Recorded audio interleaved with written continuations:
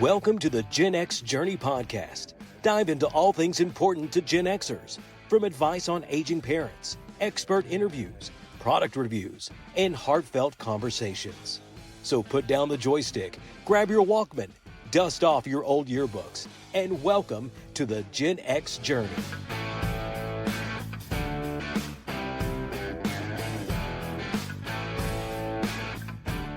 Welcome back, everybody, to the Gen X Journey podcast. This is Noel. I'm here with my two good friends, Steve and Keith. Happy New Year! Happy New Year to you. Welcome to 2025. Yes. And the New snow year. apocalypse, apparently. Yeah, no kidding. Yes, this is being recorded a couple days before the weather's predicting we're going to be in a basically the Star Wars version of Hoth in a couple days. So, depending on who you listen to, but you can go down the toilet paper aisle in any area grocery store, Right. and you'll know that people are taking this very, very seriously. They're planning on doing a lot of pooping. You know, during the snow. I don't know what's going on. I don't understand the bad weather makes your bowels very active. Apparently. And, I guess so. And what's getting real whenever the Weather Channel sends Jim Cantori to Dallas to cover snow. Yeah, Because you're ready. It's just for that reason alone. I hope it misses us. I hope it's a non-event, just so he can funny. be so disappointed. But you know, he's still going to be out there holding his hat Oh Yes. yes, and leaning into the wind. It's going to be great. Absolutely, he'll be a big, gigantic fan blowing next to That's him. right. But That's right. it's really windy down here in Texas. Yeah, didn't know it was a fan. Yeah, I don't know if it's his voice or not, but it sounds is in my head. good enough in my head. Now it will always be to me. the side effect of all this though is no matter how much ice, snow, wet roads, whatever exists, Dallas drivers will make this look like a colossal disaster. Oh yeah. And Yes. we will not look good in the national spotlight. We will look like a bunch of idiots that don't know how to slow down whenever the roads are bad. So just stay home, Yeah. Yeah. get a frosty beverage, and enjoy the cold weather. And Enjoy it. Throw a Get back fire on at the the road fireplace. So that was the Cliff Notes version of the Texas weather report. So what is today's episode about? so this show is about the Cliff Notes book. And as you recall, during your early adolescent days, if you're getting ready for a big test, we use the Cliff Notes books to help you get ready for an exam, to make sure you passed. And that's what today's episode's about. Thank Talk you. to you next week. Take care, everybody. Bye-bye. Thanks, everybody.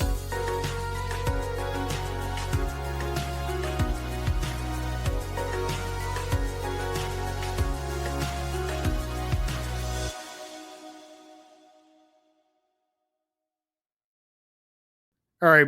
Seriously, we're not going to do that to y'all. We are actually going to do a deep dive today into the Cliff Notes book. So thanks for humoring us there for a second.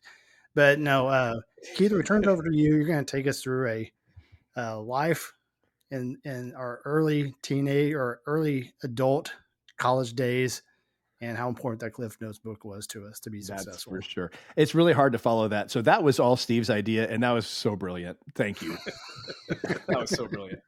And this is the history of the Cliff Note. Thank you. I love Thank it. you. Goodbye. So that near and dear to all of our hearts as Gen Xers, we were really, really enamored by these little yellow and black booklets that summarized literature. And I know that I couldn't have got through my senior year of high school without them, and also praying that my teacher hadn't read it before I did. So those two things were great. But, basically what Steve said, Cliff Notes are basically a series of student study guides. And, the guides present and create literary and other works in kind of a pamphlet form or online as it got in later years. But for our purposes of Gen Xers, it was all in that yellow and black book. So, the nice thing was that what was really supposed to happen, if we're really being honest, is you're supposed to read the book, really read the book. And then you were supposed to go back and allow it to kind of summarize the Crucible. Or one of those. That's the one I remember vividly. I don't know why, but yeah. So I that was what in its original purpose it was for. But let's be honest, it was the 2 nights before a 500-page report was due that you ran to I don't even. So, what were some of the bookstores in your all's areas when you were growing up? What were some? Walden Books Walden was one of them. Yeah, I mean the Yes. tech bookstore had them. Oh yeah, right. yeah, yeah. So you would run there 2 nights before and hope that every other student, because this isn't online, right? So in our area, you would hope that print form was there. You couldn't just download it PDF form, right? So so that's kind of what we're talking about. And so the Cliff Notes basically can trace itself back all the way to 1958, believe it or not. It was actually started in Nebraska by a Nebraska native. His name was Clifton Hillegas. And kind of fun, Cliff Notes Clifton, right? So he started this in 1958. At the time, he was working at the Nebraska Book Company in Lincoln, Nebraska. Probably not too far, like you said, from the University of Nebraska, where a lot of kids were panicking for help, right? Well, while he was there, he met a gentleman named Jack Cole. And Jack Cole was one of the co-owners of a book business called Cole's. And Cole's published a series of Canadian study guides that he called Cole's Notes, and sold this information, these rights, to Hillegas to present those to the U.S. So, interesting note on the Cole's Notes, there were several of them that were written for law school, and they were called Coleslaw. Just kidding.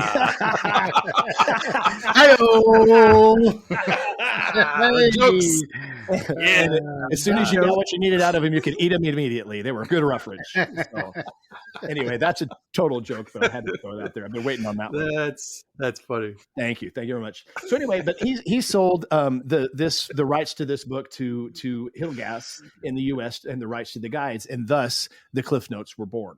So, Hillegas and his wife, Catherine, he started their business, believe it or not, in their basement. And it was at 511 Eastridge Drive in Lincoln. And he started, not ironically, with 16 Shakespeare titles. So not surprising. 90% of what I use Cliff Notes for were Shakespeare something or other, right? Yeah. Can you all remember? Do you all remember vividly, like, some of the ones that you used? Like, I remember The Crucible. I remember Hamlet for sure. Do you remember anything that you used him for? I tell you, that's a blur for me, to be honest. Right. But I don't know that I actually bought a book myself, but I sure did borrow the hell out of my friends. Oh yeah. They were passed around a lot. Like, it was, hey, do you have this? Yeah. And it's my night with the Cliff Notes, to do my report. And then when you get it the next night, I can't remember exactly what titles I had, but I sure used them back in the day. Yeah, absolutely. So by 1964, sales of these Cliff Notes reached 1 million notes annually. Not surprising. I'm actually surprised it was that low, but I'm sure as it came on, throughout the years and they became more and more popular, I'm sure there were more than that sold annually. Yep. They exist now in the forms of hundreds of different works and hundreds of different books and publications. And ironically, we still call it, even though Cliff Notes has been sold off, and we'll talk about that in a second, but the name Cliff Notes is basically, it's kind of an eponym for a shortened, abbreviated version. So, like, hey, just give us the Cliff Notes version of what happened in this movie. Give us the Cliff Notes version of how your date went. Those kind of things. It's basically synonymous with summarize for me something or other, whether it be something that happened in life, something that happened at work. I'm trying to learn something for work. Dumb it down for me so I can kind of get the basics of it. Give me the Cliff Notes version. Yeah, give me the Cliff Notes version. So you go. Yeah. No, I'm just like, you got to think that I don't even know if Cliff Notes are even used today in college campuses or not, with the availability of all the other information sources like the internet and AI and everything else. You almost don't think you even need them because there's so many other places to get this. So at some point, the cultural reference of, give me the Cliff Notes version isn't going to make sense to some generation down the line. At some point, that word will fade out, right? Yeah, eventually it will. But Yeah. So the history of the Cliff Notes, it kind of gets bought out by several people. So IDG Books purchased Cliff Notes back in 1998, and they purchased them for $14.2 million. I couldn't imagine. Could you imagine just creating something in your basement and then having a profit of $14.2 million after you sell it? It's not bad. Crazy. The downside is he actually had to read all that crap. No kidding, right? Yeah, isn't that the truth? How do we know that he didn't just make all that crap up? I mean, you never know. At the end of the day, is like he wrote a book. That's good enough for me. Look, if it were me, I would go to I'd make buddies with all the professors all through the country, right? And say, okay, he couldn't say, give me the Cliff Notes version. What would he would have said? Give me the short version. So I can make it the Cliff Notes version. Give me the things that give me the things that you're going to test over that you actually care about, that actually matters. Exactly. And let me document that for people. Yeah, and I'm going to write it down. I'll pay you a little fee. It'll be good. Yeah. It'll be good. You could be, referred to as the professor for this one. So yeah, that's so true. But anyway, I really, now that you say that, maybe 14 million isn't enough, Steve. He read Macbeth, like he read Hamlet, like all of it, and then read it again so he could understand it. Yeah, right. Because I can tell you, there were several Shakespeare things where I would read it, and I'm like, I got to read. I don't even know what I just read. Don't even know. No idea. And you're going to interpret it different than me. And somebody's going to like the thing. Okay, hear me out. Did you ever have those guys that were so nerdy that when they would read a line and they would understand it and kind of giggle? Oh, that was very humorous. And you're like, what the heck, dude? Come on. Or the teacher would be like, this is a funny part. And interpreted, this is what, you know what I mean? And you're like, what? What juice extract did you just get on? Yeah. So I'm just like, look, just give me the test so I can get a 69 and that'll be my grade. You're on a roll, brother. You're on a roll tonight. You can stop them. I hope you contain them. I didn't want to interrupt that at all. Just keep it rolling. That's beautiful. Thank you. You're right. Anywho, so in 2011, Cliff Notes announced a joint venture with Mark Burnett, who is a TV producer, to create a series of 60-second video study guides. So you can see where this is going. The transition slowly from these paperback books to something that is more user friendly. So it starts with study guides of literary works, they basically just started this transition to more online. So in 2012, that's exactly what happened. They were acquired by Houghton Mifflin Harcourt. I don't even know if I pronounced that right, but that's where it is. Look it up. And in 2021, which is on it, it's fun. It's a palindrome, 2012 to 21. 2012. So in 2021, Cliff Notes was acquired by Course Hero. And Steve, I think you did a little research on what Course Hero is. Can you tell us a little bit more about what it was and how that you can kind of gauge that they maybe combined that? I have absolutely no clue what they did. That's a long question. It's interesting that you transferred this back to me, because Course Hero is an American education technology website company based in Redwood City, California, and they operate an online learning platform for students to access course-specific study guides, resources, and online tutors. So, that being said, awesome opportunity to bring the Cliff Notes and the video Cliff Notes into some sort of online learning. And I'll tell you, I know for a fact that my daughter, who's in pharmacy school, uses I don't know if it's Course Hero, but she uses some of these online study portals where they exchange flashcards and flash notes and all sorts of, and maybe some exam tip questions and all this stuff. So that's kind of where the evolution of the Cliff Notes is for today's students, right? A lot of this online learning, of course, like Noel said, you've got the Google. Yep. Yeah. You always have the Google. You got the Chat GPT. There's a lot of other outputs. Yeah. I did dig up a fun fact about Mr. Hilligas, because he was golden with the whole Cliff Notes creation, and rarely did he have a misstep, but his biggest misstep was he created the Cliff's cassettes. Oh boy. Which was basically an attempt to put the guides into a student's Walkman so they could listen to it, and that just didn't take off because I guess it was easier to just reference the booklet versus listening to it in the Walkman. And so I mean, let's be honest, none of us even really read the full Cliff Notes, Yeah. much less the book. Yeah. Like, I had to flip yeah, through the pages I and remember answer the question. highlighting the Cliff Notes booklet. They're really just the key points and referencing highlighted areas. Yeah. I mean, yeah. usually while drinking a beer. Exactly. In high school, even, Steve. Good job. Yeah. That's right. Take that, Mom and Dad. Gotta love it. Not really. That's funny. So yeah, pretty wild. But yeah, that's I mean, that's the evolution that we're at. Like, I can't imagine, you know, I was helping Hayden the other day with some of his, you know, his senior year in college stuff. And I mean, even when we were in college in the mid to late 90s, when we were just getting the peer online, right? Mm-hmm. And I mean, we were barely able to access maybe the card catalog at the tech library, right? Yep. Like, no way did they have books scanned in yet for us to skim through.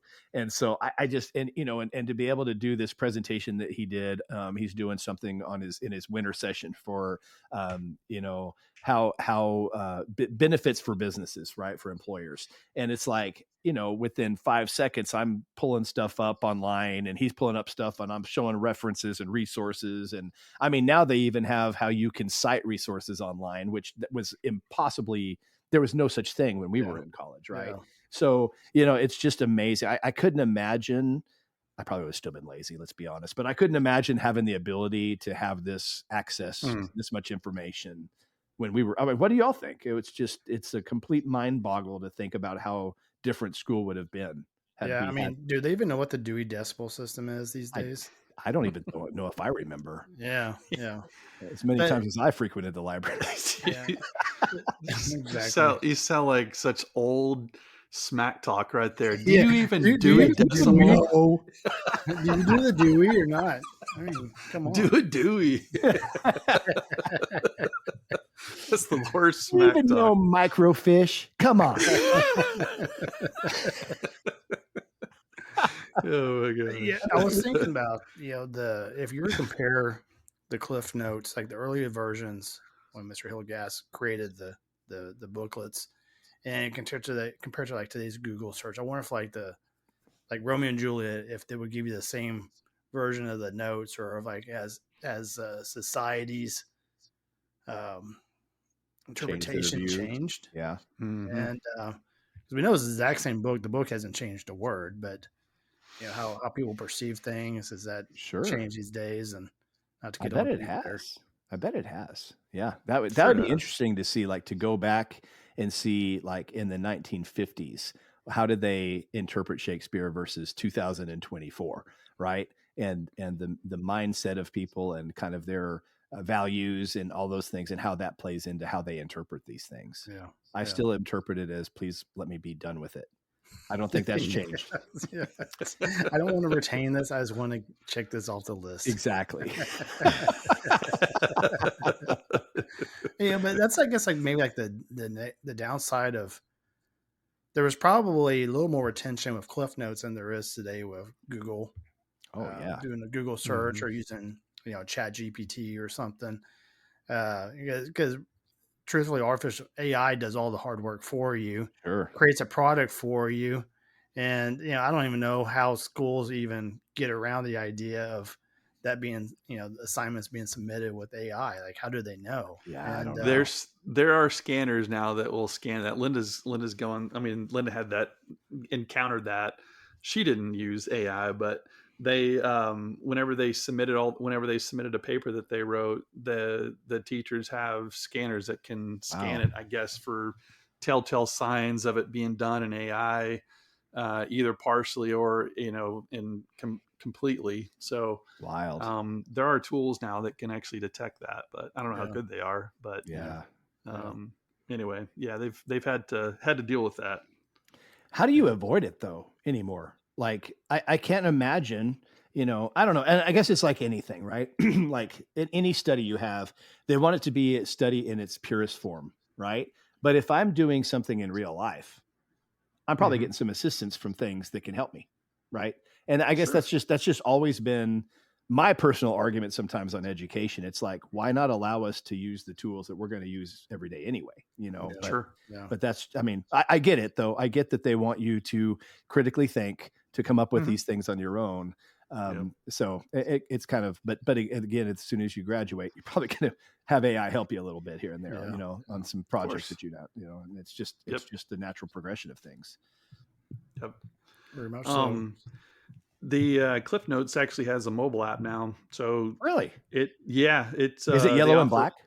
I hope it is. I do too. I'm going to look for it. I hope it is. I imagine it is. But there's a mobile app that provides study materials on the go, making it easier for modern students to access their guides. So, little factoid: the first Cliff Notes that were sold were for Shakespeare's plays, including Hamlet and Macbeth.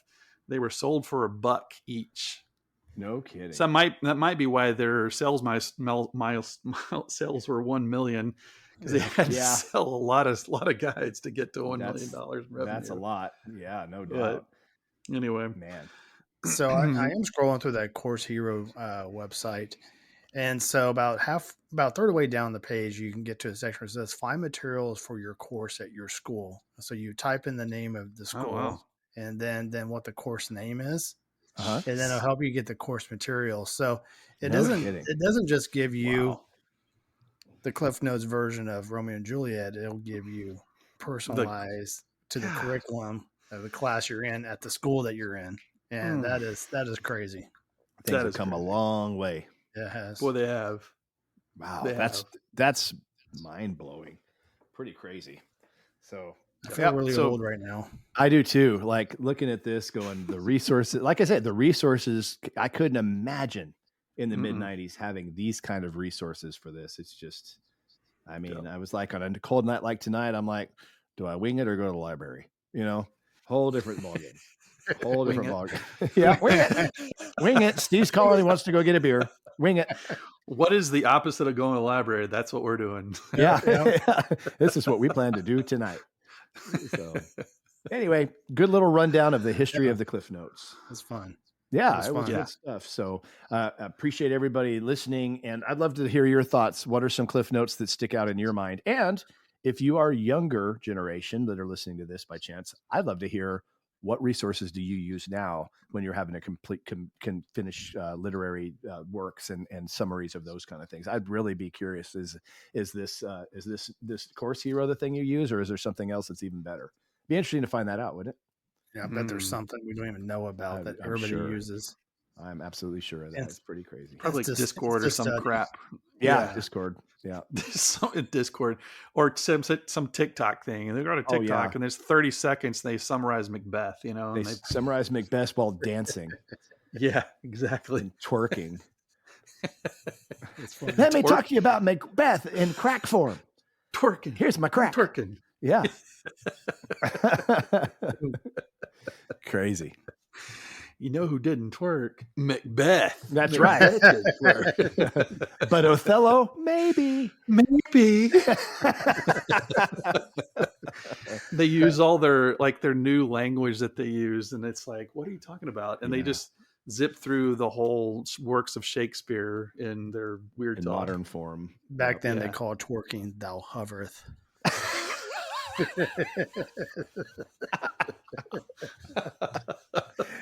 And it lives on to this day, and again, it's just the modern version you're talking about. Backeth thy apis uppeth.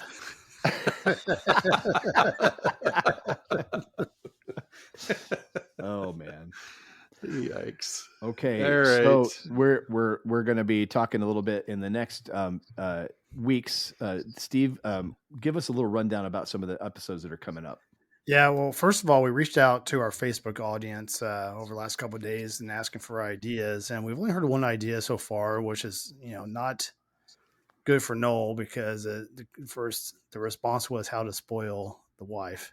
Oh, don't worry, Noel. I replied. Yeah. Gosh, yeah. I don't think I saw that one. Apparently, a cooling pad mattress is not spoiled enough. In my opinion, and that was my reply to her, Noel, in your defense. Really? I appreciate that. You're welcome. In my opinion, you spoil her for at least the next 5 years. So you've got 4 years of freedom now. That's right. It works for me, man. But we got some cool topics. So, some of the deep dives on personalities, such as John Williams, which I'm specifically excited about, and we'll get to that before we get out of the winter season. The person that invented caller ID. Yes, it'll be a special episode in February. I'm very intrigued by this topic, and I've enjoyed just reading about this person so far. And then just some, deep dives on iconic moments in our lives, such as the creation of ESPN, of course, MTV, and a variety of other different topics out there, just to highlight a few. But not going to tell you what we're going to talk about next week because it's a secret. Stay tuned. Has nothing to do with the fact we haven't decided yet. That's right. But, we have definitely got a plan. God. I was like, how is he going to do this? Way to go, Keith. I like how you put him on the spot. Like, I just wanted to see if he'd give us an order. I was trying to get some help here. So with that in mind and putting people on the spot, Noel, why don't you take us home? Okay. Well, this is our second time to end this episode, and this one's actually going to stick. So we're really ending this in this time. Land it. There's no more show. So thank you for tuning in today. Hope this was informative and entertaining and all that kind of stuff. And again, really seriously though, thank you to all of our listeners. We've been seeing the most downloads we've ever seen, and it's been really exciting to see this podcast grow and for the listeners to just continue to grow and stuff. We really appreciate that. Continue to tell all your friends, subscribe, like, and do all that kind of jazz. We appreciate it and can certainly use the support. So thanks everybody. Steve, catch you next time. Anything to add? Gosh, no, we could have used a Cliff Notes version of that outro. Yeah, no doubt. Well, I had to make up for the last one. It was like, that's it, everybody. Bye. So I had to give everybody their money's worth in an outro. Appreciate that. Awesome. Take care, everybody. Thanks, everybody. Bye, everybody.